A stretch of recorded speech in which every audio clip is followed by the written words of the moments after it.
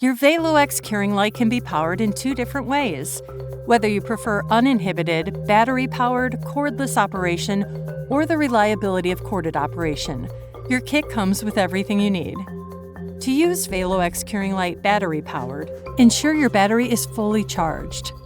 Twist the cap at the base of the curing light to release the back cap and insert the battery with the positive terminal facing towards the lens. Secure the back cap by turning it clockwise until it stops. To charge your Valo X battery, remove the battery from the Valo X unit. Insert the battery into the battery charger in the orientation shown in the charger. The battery can take 1 to 3 hours to fully charge. An amber light indicates the battery is charging. A green light indicates the battery is fully charged. No light should appear when the cradle is in standby mode.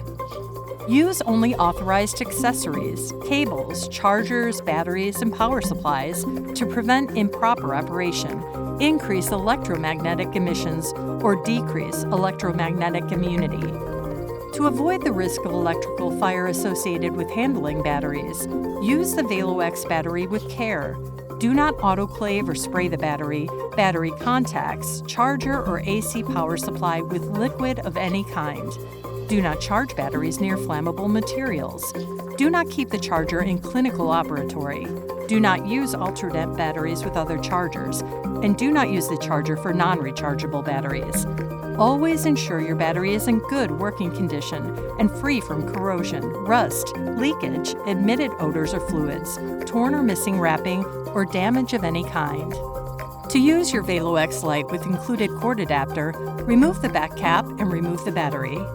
Insert the cord adapter and secure with a clockwise turn until it stops.